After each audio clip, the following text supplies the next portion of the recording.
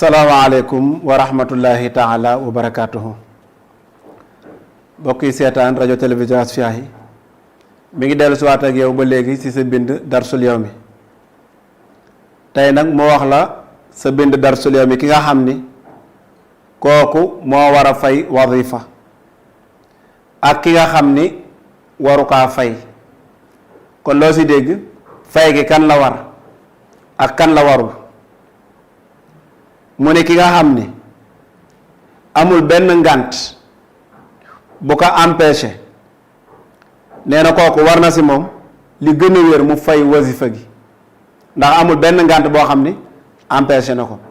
kon tey loo si dégg Moussa bu amul lenn lu ko empêché ba mu leb wasifa gi bu paree da koy fay. ki warul fay nag waxoon na la ko si ngànt ya mu ne ku mel ne ku feebar wala jigéen joo xam ni dafa jël tariixa bi ba pare mu gis baax mooy règle dab ko mu indisposé kooku ak jigéen bi nga xam ni dafa jël tariixa bi ba pare am doom.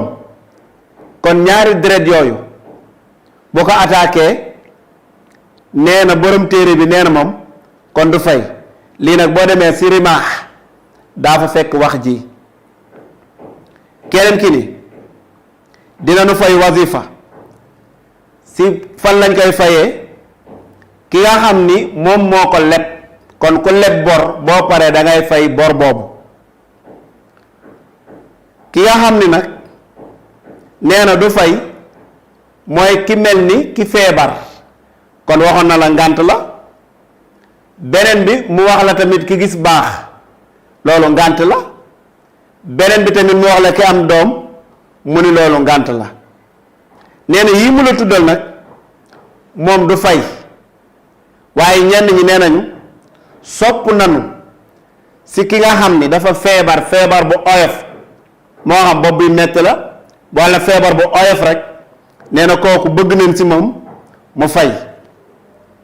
waaye nag ki nga xam ne moom dafa gis baax walla mu am doom nee na ñooñu dañ leen tànnloo ñaar benn ñu fay walla ñu ñàkk fay. wax jii nag boo demee di nga ko fekk ci Fatxu Rabbaan boo fa demee dañ ko fa fekk. bii tamit mu dellu waxaat li la ki feebar walla ki gis baax walla ki gis deret ñoom dañ leen tànnloo ñu fay werd wi ñii ni nañu bañ a fay. wax ji moom it boo demee di nga ko fekk ci ifaadatul ahmadiya boo fa demee daa ko fa fekk. léegi nag kon ñun wax ji ñuy jël Moussa man wax ji may jël mooy wax ji maam Seydi Xaaji Maalik wax.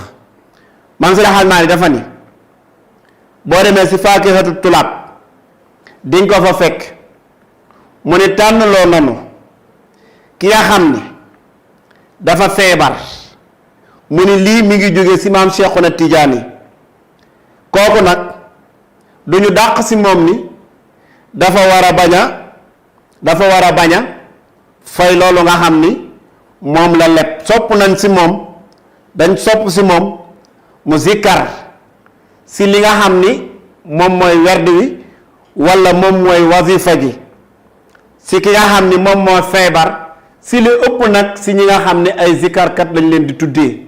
maam Seydi Hadji Malick kon lii la wax ndax boo xoolee nag wax ji dafa ràbbante day duggalante di génnante waaye ku ci nekk rek dafa indi li mu wax.